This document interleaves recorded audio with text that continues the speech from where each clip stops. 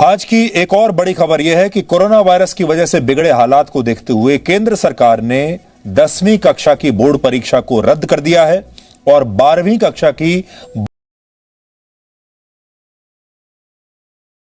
छात्रों और उनके माता पिता के लिए एक बहुत राहत वाली खबर है। आज इस विषय पर प्रधानमंत्री नरेंद्र मोदी की अध्यक्षता में एक बैठक हुई, जिसमें छात्रों के अलावा उनके माता पिता और राज्य सरकारों के सुझावों पर खुलकर चर्चा हुई।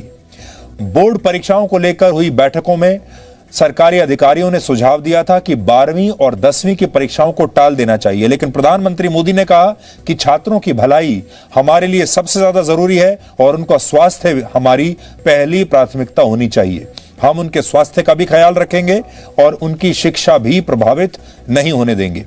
प्रधानमंत्री ने कहा कि ये छात्र पहले ही कोविड की वजह से बहुत नुकसान और परेशानियां झेल चुके हैं, इसलिए 10वीं क्लास की परीक्षाओं को रद्द कर देना चाहिए और 12वीं क्लास की परीक्षा को टाल देना चाहिए, जिससे बच्चों का साल भी बर्बाद ना हो। और इसके बाद ही यह फैसला लिया गया। प्रधानमंत्री ने आज इसमें हस्तक्षेप किया और फिर यह फैसला तुरंत ले लिया गया।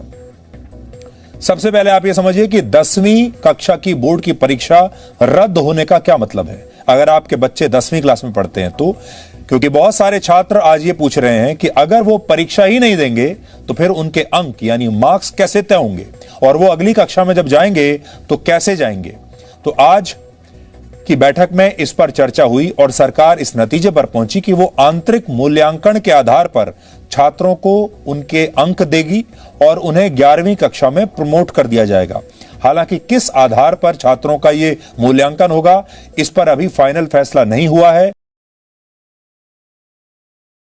और अब सीबीएसई बताएगा कि ये पूरी प्रक्रिया कैसे होगी कि आपका बच्चा जब 10वीं क्लास से 11वीं में जाएगा तो उसका आधार क्या होगा और जब उसने परीक्षा ही नहीं दी तो उसे किस आधार पर नंबर दिए जाएंगे।